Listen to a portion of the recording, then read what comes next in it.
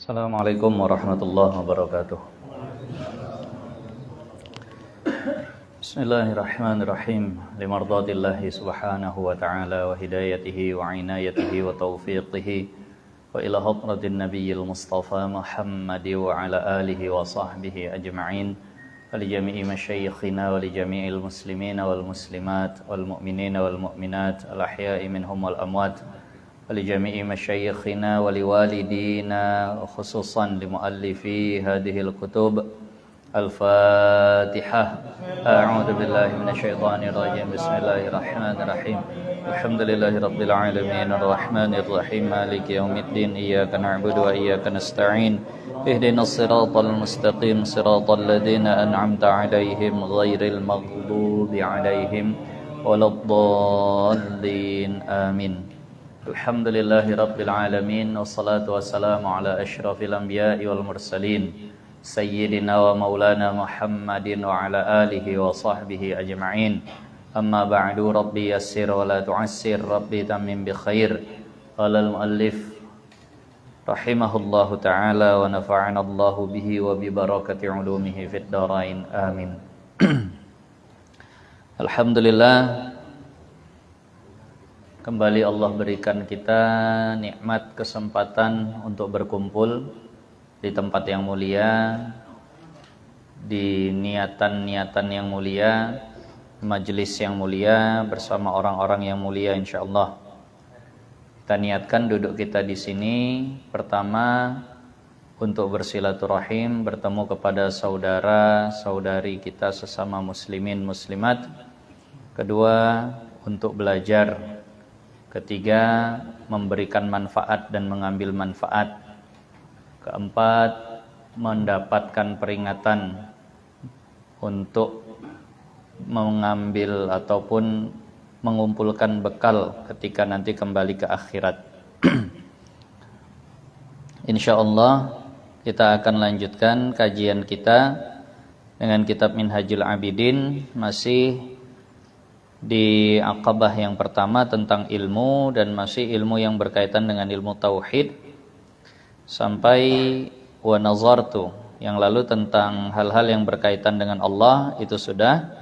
Kini lanjutannya adalah wa nazartu fi mu'jizati Rasulillah Rasuli sallallahu alaihi wasallam wa a'lami nubuwatihi fa'alimtu annahu Rasulullah sallallahu alaihi wasallam wa aminuhu ala wahyihi. Dan engkau, berarti nazarta tadi ya, dan engkau tilik di dalam mukjizat Rasulullah sallallahu alaihi wasallam. Kau perhatikan bahwasannya Nabi Muhammad ataupun nabi-nabi yang lain itu punya mukjizat. Nah, dan tanda-tanda nabinya, tanda-tanda kenabiannya. Maka engkau ketahui bahwasannya ia Rasulullah. Di antara tanda yang menegaskan dalil bahwasannya para nabi itu adalah nabi, di antaranya Allah berikan mukjizat.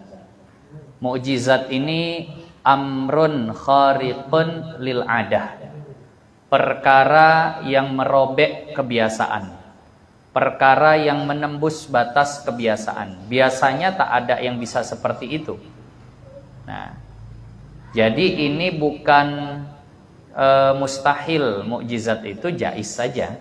Mukjizat itu adalah perkara yang jaiz secara akal. Dalam arti bulan terbelah itu jaiz. Laut terbelah itu jaiz. Tapi secara adat ini kan perkara yang enggak biasa, di luar dari hukum adat.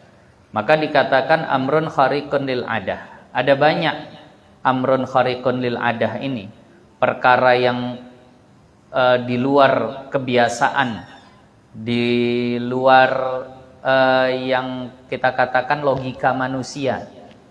Nah, di antaranya tentu mukjizat. Itu ketika sudah jadi nabi lah. Kalau sebelum jadi nabi itu namanya irhas. Nah, pakai hak besar sama sad. Nah, itu seperti naungan yang senantiasa mengikuti Nabi Muhammad kemanapun Rasulullah. berjalan. Nah, seperti diselamatkannya Nabi Musa.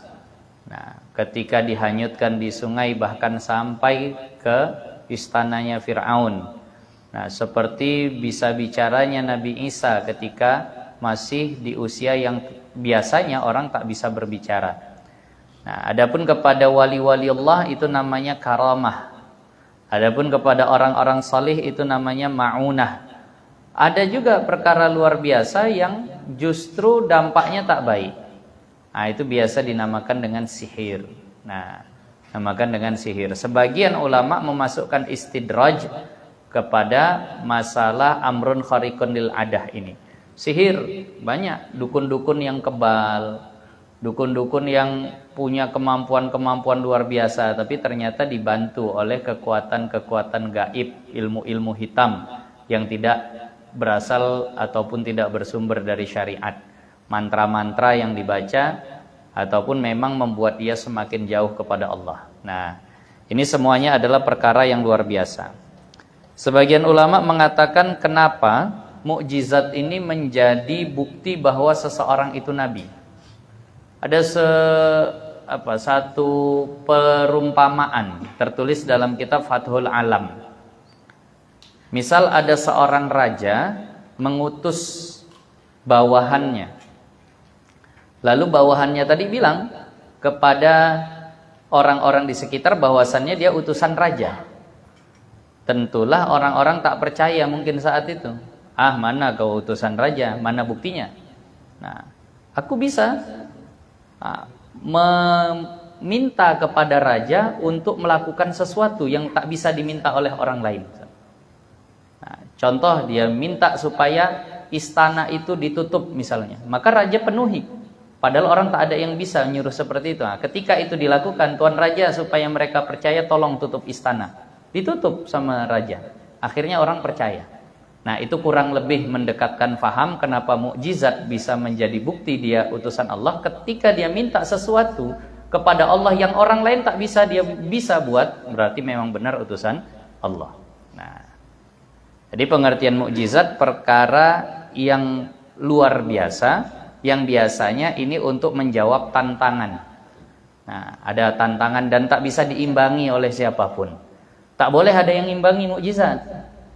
Kalau nanti musuhnya bisa ngimbangi, tak mukjizat lagi namanya. Karena secara bahasa mukjiz itu artinya yang melemahkan. Kalau ada imbangnya, berarti tak lemah imbangnya. Nah, maka semua itu begitu. Bagaimana tongkat Nabi Musa itu bisa mengalahkan ular-ular penyihir yang lain, harus menang mukjizat ini. Nah, Nabi Musa membelah lautan, tak ada imbangnya saat itu. Nah, jadi itu tadi. Jadi secara bahasa mukjiz ini yang melemahkan. Nah, maka di antara luar biasanya Al-Quran, karena Al-Quran itu menjadi mukjizat yang paling luar biasa bagi baginda Nabi Muhammad SAW, karena saat Al-Quran itu turun, itu orang Arab sedang jaya-jayanya dengan balaghah dan sastranya, dengan kemampuan berbahasanya, syair-syair yang begitu luar biasa. Lalu datang Al-Quran yang seandainya disuruh mengimbangi satu surah paling pendek pun mereka tak bisa. Lemah mereka, tak mampu. Nah, fa'tu bi suratim mim mislih. Coba datangkan satu surah aja seperti Al-Quran. Nah, wada'u syuhada'akum min dunillah. Minta bantuan, siapa mau minta bantuan bikin silahkan kerjasama. Tapi jangan minta bantuan Allah. Nah, wa illam taf'alu wa lan taf'alu. Kalau kalian tak mampu, dan pasti kalian tak mampu, itu udah Allah yang bilang. Nah, jadi itu tadi, maka menjadi mukjizat karena memang melemahkan. Nah, melemahkan yang orang-orang yang saat itu mungkin merasa kuat dengan yang dia miliki, saat itu lemah, tak berdaya di hadapan mukjizat. Maka ini menjadi bukti bahwasannya itu adalah nabi. Nah, maka engkau ketahui bahwasannya ia Rasulullah dan kepercayaannya atas wahyunya. Nah, jadi ini bukti. Dan barang yang ada orang salaf yang salih i'tiqad mereka itu. Nah, dan barang ada orang salaf Termasuk yang wajib kita ketahui dari ilmu akidah itu adalah i'tiqad atau akidah-akidah yang dipercaya, yang dipegangi oleh salafun salih, orang-orang salaf. Sering sudah kita dengar sekarang istilah salaf. Sebenarnya salaf itu siapa? Nah, di beberapa referensi kitab-kitab yang dibaca, salaf ini diambil daripada hadis baginda Nabi, khairul qurun qarni, sebaik-baik masa, sebaik-baik generasi itu adalah generasiku. Berarti kalau generasi Nabi itu adalah generasi sahabat. Summalladzi yalunahum, kata Rasulullah, kemudian generasi yang setelahnya. Siapa generasi setelah sahabat? Tabi'in. Nah, summalladzi yalunahum, kemudian generasi yang setelahnya. Berarti tabi'in. Berhenti hadis Rasulullah sampai situ, maka inilah yang disebut dengan salaf. Zaman sahabat, zaman tabi'in, zaman tabi'in. Zaman sahabat disitulah Sayyiduna Abu Bakar As-Siddiq, disitulah Sayyiduna Umar, Sayyiduna Ali, Abu Hurairah. Zaman tabi'in semisal Al-Imam Hasan Al-Basri. Zaman tabi'in ini semisal 4 imam madhab yang ada itu. Maka kalau ada orang mengaku mengikut kepada salafus salih, maka ikutlah 3 generasi ini. Kita madhabnya apa? Syafi'i. Al-Imam Asy-Syafi'i itu tabi'in, masuk ke yang terakhir nih. Berarti ketika kita ikut Imam Syafi'i, kita berarti ikut ulama salaf, ikut generasi salaf. Nah, Imam Malik juga begitu, Imam Abu Hanifah juga begitu, Imam Ahmad bin Hambal juga seperti itu. Nah, maka oleh sebab itu, orang yang bermadhab dengan salah satu dari madhab yang 4, berarti dia ikut kepada ulama salaf. Berhak sebenarnya menisbahkan diri sebagai salafi. Kan itu. Tapi sekarang salafi udah direbut istilahnya. Penamaan diri salafi itu sudah dipakai oleh orang-orang yang pahamnya justru berbeda dengan kita. Yang justru terkadang orang yang mengatakan mereka salafi, mereka menolak 4 mazhab. Kami tak bermazhab. Wah, ini gimana nih? Salafi tapi nggak bermazhab. Padahal ikut ulama salaf, kan begitu. Nah, sementara 4 imam mazhab itu adalah ulama salaf. Nah, jadi makanya kalau ada yang menyalahkan orang bermazhab, nah itu bukan salaf, silaf. Nah, tersalah cara beragamanya kalau menyalahkan orang yang bermazhab. Nah, jadi itu kalau dengar istilah salaf itu 3 generasi itulah. Lalu yang setelahnya disebut dengan khalaf.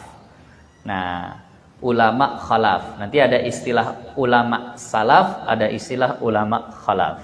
Khalaf itu yang setelahnya. Al-Imam An-Nawawi, Imam Ibnu Hajar Al-Haytami, Imam Ramli. Nah, itu udah ulama mutaakhirin, ulama khalaf. Nah, jadi ini istilah salaf. Nah, kita ikut kepada i'tiqad, apa-apa yang memang diyakini oleh ulama-ulama salaf. Nah, jadi i'tiqad mereka itu akan dia, dan yaitu apa diantaranya, bahwasannya Allah Ta'ala dilihat di dalam akhirat. Di antara i'tiqad yang memang harus kita ikut adalah bahwa kita yakini Allah itu bisa dilihat di akhirat. Itu sepakat ya. Kalau yang ini sepakat ulama, Allah itu bisa dilihat di akhirat. Adapun tentang Allah dilihat di dunia, banyak tentang perbedaan pendapat di situ. Nah, yang tapi kebanyakan guru kita pilih dan juga kita imani, apa hukum akli lah kita katakan melihat Allah di dunia ini, maka hukumnya jaiz. Banyak dalil, banyak ayat yang menunjukkan itu. Di antaranya yang sering diajarkan oleh tuan guru kita, almarhum Ustadzuna Hafiz Yazid, ketika Nabi Musa meminta kepada Allah untuk memperlihatkan zatnya kepada Nabi Musa. Itu kan berarti Nabi Musa meminta agar Allah perlihatkan zat. Nabi itu ilmunya sudah memang yang paling luar biasa. Masa iya Nabi meminta perkara yang mustahil? Kan tak mungkin. Berarti ketika Nabi Musa minta supaya bisa melihat zat Allah, Nabi Musa tahu itu masih jaiz. Tapi kan tidak Allah izinkan. Nah, ya itu biasa, bukan berarti yang jaiz itu Allah kehendaki semua. Perkara jaiz kan itu terserah Allah. Mau iya bisa, mau tidak juga bisa. Saat itu ternyata Nabi Musa, coba kau lihat gunung tuh, aku bertajali kepada gunung tuh akan hancur. Nah, jadi itu tadi. Jadi perkara yang jaiz. Nah, tetapi memang sebagian besar ulama mengatakan wukuknya, terjadinya walaupun itu jaiz hanya kepada Nabi Muhammad. Itu sebagai pemuliaan kepada baginda Nabi. Walaupun banyak ulama sufi yang mengatakan itu kalau yaqzatan, itu kalau secara sadar, secara nyata. Tapi kalau di dalam mimpi, maka banyak yang mengatakan bisa. Nah, itu tadi. Banyak riwayat yang kita dapati bahwa Imam Syafi'i, Imam Ahmad bin Hambal mimpi bertemu Allah. Nah, tapi kalau ditanya pasti jawabannya laisa kamislihi syai'. Nah, itu tadi. Tak akan dikatakan Allah seperti ini, seperti itu. Nah, baik. Jadi Allah bisa dilihat di akhirat. Karena bahwasannya ia maujud. Karena sesuatu yang maujud itu sah dilihat, kan gitu. Nah, kalau yang nggak ada lah baru tak bisa dilihat. Makanya sifat wujudiyah itu nanti ketika disingkap hijab akan nampak. Sama Allah seperti apa, basar Allah seperti apa. Nah, artinya terlihat oleh kita. Sifat-sifat ma'ani Allah yang disebut juga dengan sifat wujudiyah itu. Kenapa? Karena maujud. Nah, tapi kalau yang salbiyah memang dia tak ada. Jadi ya tak nampak. Nah, dan tiada ia di dalam pihak yang dihinggakan. Yang dihinggakan artinya yang dibatasi. Tapi kita melihat Allah di akhirat itu tak berarah. Pihak itu artinya arah. Tak di arah manapun. Nah, tak di atas, tak di bawah, tak di kanan, tak di kiri, tak di mana-mana lah. Nah, kayak mana itu? Ya nantilah tahunya bagaimana itu. Selalu saya katakan, akal kita terkadang untuk perkara-perkara duniawi saja sering tak sampai, ternyata nampak baru, oh begini rupanya. Dulu rasanya mustahil bagi kita, ada orang di sana, dia di sini, nelpon iyalah, tapi kalau nampak-nampak muka, wah kayaknya jauh lah itu. Masa iya orangnya di Padang sana, kita di sini bisa omong-omongan langsung nampak mukanya? Tak mungkin. Kayak mana itu? Tak bisa lah. Begitu ya, oh begini rupanya, kan begitu. Setelah nampak. Teknologi Allah, kuasa Allah pasti lebih. Kita akan tahu, oh ini maksud yang tidak berarah tuh, kan begitu. Ini maksud yang tidak berarah itu. Yang tak terpikir sama kita, bisa teknologi seperti ini. Ketika muncul baru kita, oh ini maksudnya. Jadi jangan dibilang, tak mungkin. Kadang kan ada orang Wahabi itu begitu. Mana mungkin sesuatu yang dilihat itu tak berarah. Akalnya yang begitu sedikit mau menghakimi kuasa Allah yang begitu luas. Sedangkan teknologi manusia saja banyak orang yang luar biasa melihatnya. Tak terpikir bisa begitu, bisa orang buat seperti itu. Nah, jadi ini tadi, pokoknya diyakini Allah tidak berarah, Allah tidak bertempat, tapi bisa dilihat. Kayak mananya? Masuk surga, lihat nanti. Nah, dan bahwasannya Quran itu kalamullah, dan bahwasannya Quran itu kalam Allah.